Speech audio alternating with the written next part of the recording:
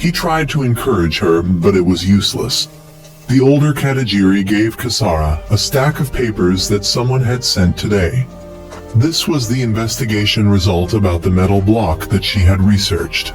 She discovered something and immediately threw the stack of papers into the fire. Satomi tried to retrieve it and saw that it was related to Kasara's family. Satomi continued to teach one more day to say goodbye to his students.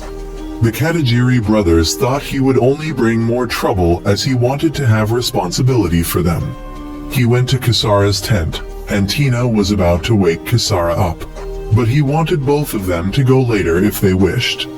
He and Enju both planned what to do on the last day before carrying out the mission.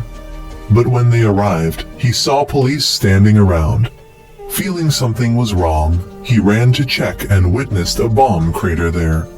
He was then taken by the police to identify the bodies, and they were all his students. They had all been killed by the bomb. He went outside and met Enju running here. He told Enju to go home, but she wanted to see her friends. He told the police to take Enju away, but she used her power to rush in and then cried out at this scene. He could only feel helpless and couldn't do anything. Satomi went up to the rooftop to look at the dreams that the students had written on paper, but they were all blown away by the wind. Kasara called and informed that Tina had calmed down. He knew this incident was caused by those who opposed and hated the cursed children, because he found black metal fragments in the bomb pieces. He didn't know who he and Enju were fighting for, and for what. If they were the ones enforcing justice, where was that justice in this garbage world? She wanted him to fight to save those people, and they would somewhat change their thoughts about the children. He found this work truly nonsensical.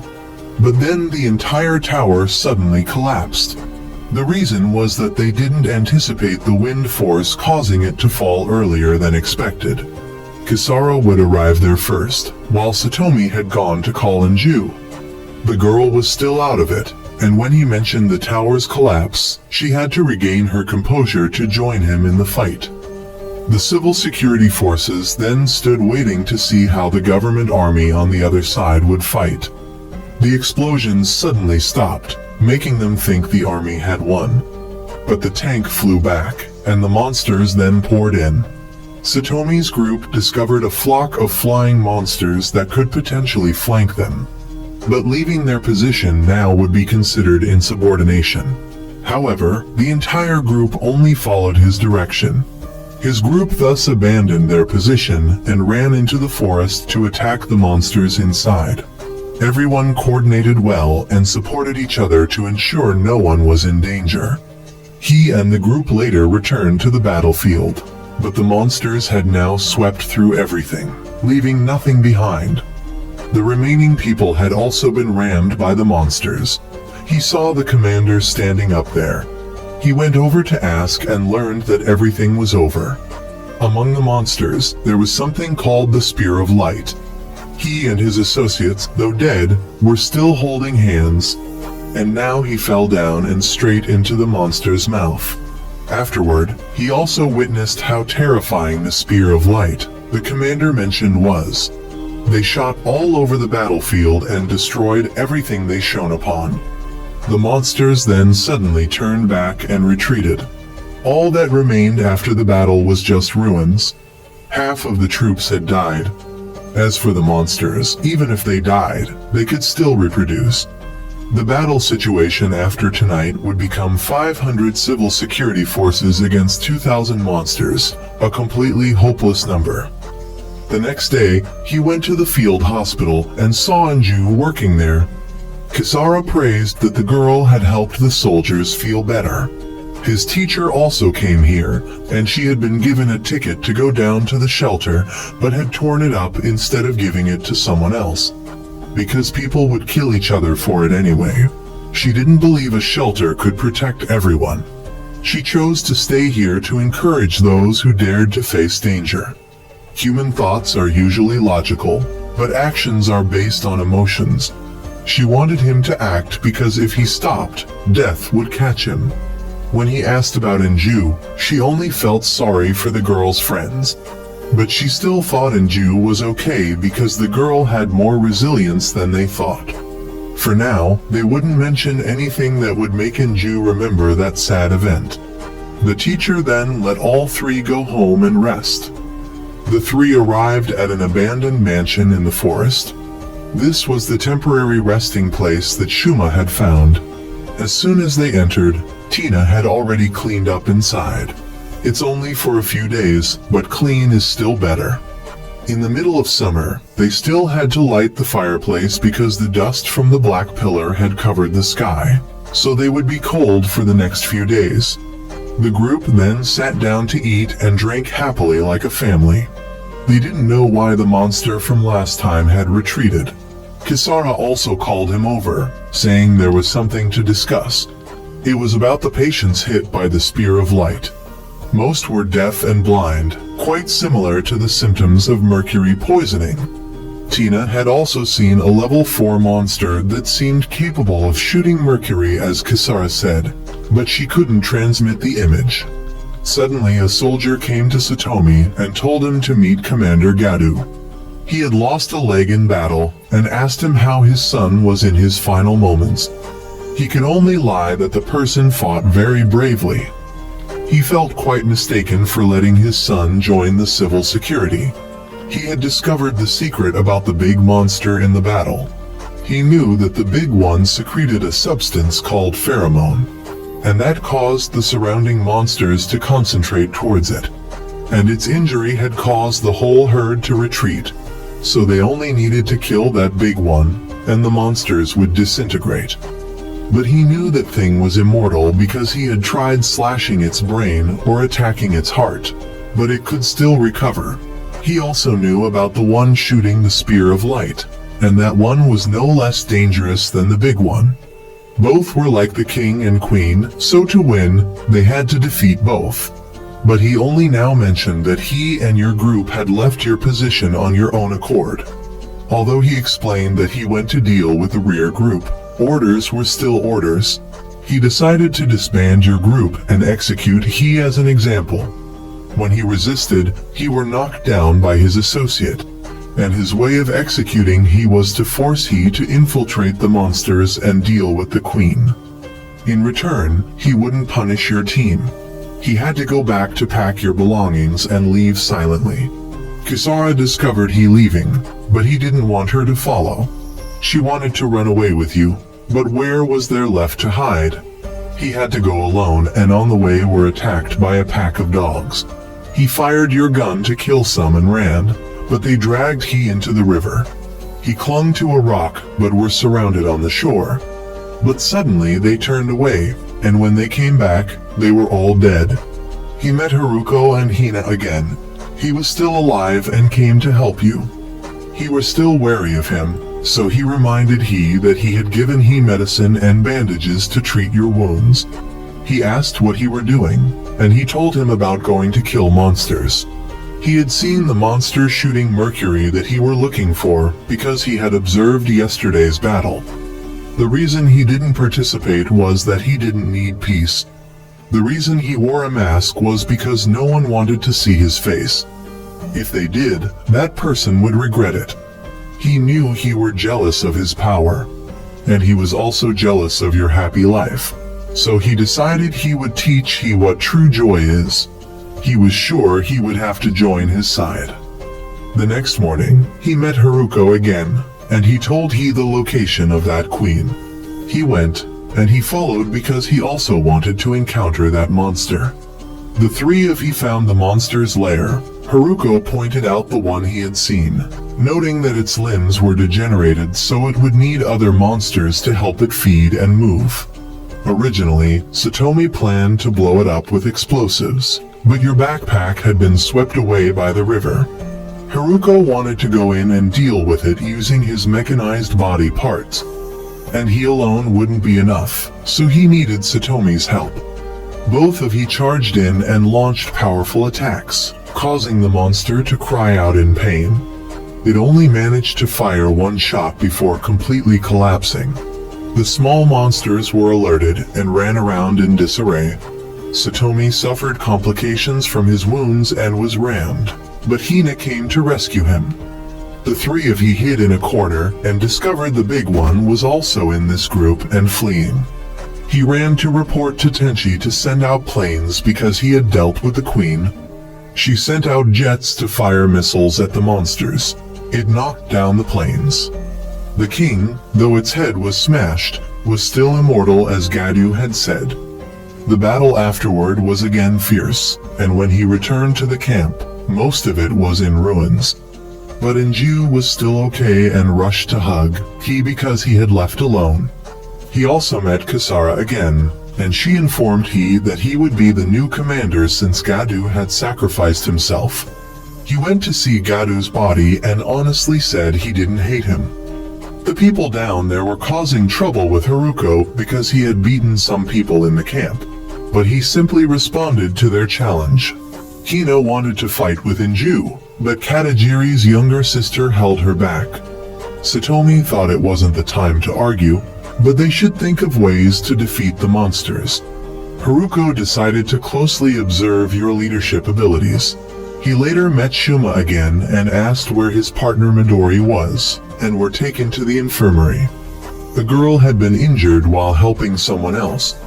Her sensing ability had been taken away by the poison, and her rate of erosion would soon exceed the warning level. Haruko wanted he to end Midori's life herself. He then visited Midori and listened to her talk about her life. The little girl also noticed that Kasara had a rather large destructive scent and could easily get lost in the darkness. But if Satomi became the leader, she believed Kasara would be fine. Midori then excused herself to go to the bathroom. Satomi couldn't follow her, and after a while, he went with everyone to search. But he only found Shuma standing in front of Midori, who had died. The little girl had chosen death to avoid being a burden to everyone. Shuma said he and Midori were very similar, and he hadn't actually left the dojo but was expelled. Because he had customized the strength of the martial art, it was now more suitable for civil security work than continuing at the dojo. Satomi wanted to apologize, but Shuma believed the fault lay with the monsters, so if he wanted to do something, he should destroy that monster king for him. Shuma had encouraged his spirit and wanted Satomi to succeed. The next morning, he put on the commander's uniform and went to meet the other civil security personnel. They didn't want him as commander and wanted to run away, so he stepped down and stabbed one to make a point. When they retaliated, Haruko blocked for him. He declared that if anyone intended to oppose or run away, he would skewer them all, because he wasn't as kind as Gadu. When Kasara questioned his actions, he argued that everyone was afraid of monsters, so he had to make them fear him more than they feared the monsters. Although he knew no one would like him, at this time he didn't need that. Kasara would stay by his side even if others opposed. Gadu's associate thought he was becoming a dictator, but he believed he couldn't be like Gadu because the two previous losses were due to him. When the little girl threatened to skewer him, Shuma stopped her. He wanted the girl to cooperate with him. She didn't serve two masters, but Shuma only needed her cooperation in the upcoming battle. Many helicopters then arrived, and their owner was Miori. She was called here by Satomi to be a strategist, because now no one else was willing to help them except Miori's family. She knew that in half a day, the Monster King's horde would arrive, and she brought a bomb that could completely destroy that monster. But it was mandatory to make a hole in the monster's body and throw the bomb in, then wait for it to recover before detonating. And the only person who could penetrate that armor was Satomi. Miori proposed moving their camp elsewhere, and the place they moved to was the statue of the Origin Flame. When they arrived, everyone was prepared to welcome the monster. Satomi saw Enju standing alone over there, and the little girl was remembering when friends gathered here with Satomi. He had forgotten that bringing Enju here would make her remember the pain. He tried to encourage Enju that there would be a time when she would decide whether to save this world or not. But now they needed to keep it existing first. Satomi's team now officially had 10 people, and the monster was also ready to set out on its rampage. And do you remember the bodyguard Takudo who Satomi shot in the hand and drove away? He's now back for revenge. Satomi's army now had only 10 minutes left before the monster horde arrived. But they still couldn't see them from afar, and suddenly they appeared and approached like a storm. Either they would be destroyed, or the monsters would. Suddenly many lanterns were released over here. Satomi received a phone call from Tenchi and learned this was her doing. These lanterns contained the hope of the people, so she believed Satomi would have more motivation to fight. Satomi thought this must be the bright side of humanity. It was time to start the operation, so Satomi ordered all troops to open fire. The flying monsters in the sky were gradually pushed back by human gunfire. When they thinned out, Satomi moved to step 2, charging forward to attack. He was successively blocked by the big ones, but his friends were always there to handle them for him. From Kisara to the Katajiri brothers, Shuma, and finally Haruko. They successfully cleared the way for him to reach the boss monster. Both Satomi and Enju rushed up together. The monster also shot spines to defend, but Satomi pierced through them all. He punched a hole in its body, inserted the bomb, and ran away with Enju. But while he was counting down, Miori informed that the bomb had malfunctioned and needed an impact to detonate. He knew what he had to do, so he said goodbye to Enju and thanked her for the past year. The little girl refused, so she was knocked unconscious by a punch. He tried to approach the monster again, but was spat with acid, damaging his leg. He was helpless and could do nothing more, so Shuma came to help. He decided to take over Satomi's job, because his technique could affect the inside of the monster. And this was also heresy, so he had to bury it himself. Shuma then rushed in and threw a punch that reactivated the bomb and dragged the monster along with it. When Satomi regained consciousness, the only thing left was a bomb crater. Shuma had sacrificed himself to drag the monster away. The small monsters had also fled the city. Metal blocks have now been transported to rebuild. But Kisara and Satomi had returned to the dojo. Kisara called her brother, who was also the Deputy Minister of Construction, generally related to the construction of the previous metal pillars. Kisara knew her brother had embezzled money and used low-quality materials to build the previous tower. That also meant he was responsible for this war. The two siblings decided to duel and put their lives on the line. She used a sword technique she had invented herself and launched an attack at extreme speed. Her brother hadn't even seen the move when one of his legs was gone. She wanted her brother to reveal the truth about their parents' death. Years ago, their father had planned to expose the dark side of the family, so he was eliminated by the family members and grandfather. The monsters roaming the city was not a coincidence. She angrily left and told Satomi to close the door. She informed him that her previous move had 2 strikes and wasn't aimed at just the leg. Her brother inside had been cut in half. Satomi heard a scream, went back to check, and witnessed the horrific scene. Kisara believed her sense of justice was now lost. She had come to a realization and decided to turn herself into a demon to confront the other demons in her family. This would be her revenge. Satomi told the 2 girls that he might have to consider Kisara an enemy in the future. A few days later, Tenchi held a press conference to tell the whole population that everything was now under control and enacted laws to protect children more securely. Satomi and Enju were invited to the award ceremony, but their train encountered a problem and stopped midway. Satomi recalled the previous losses and feared that he was becoming numb to those losses, so he asked Enju to stay by his side before he truly changed. Enju hugged him and promised to stay with Satomi forever. And with that, the film comes to an end.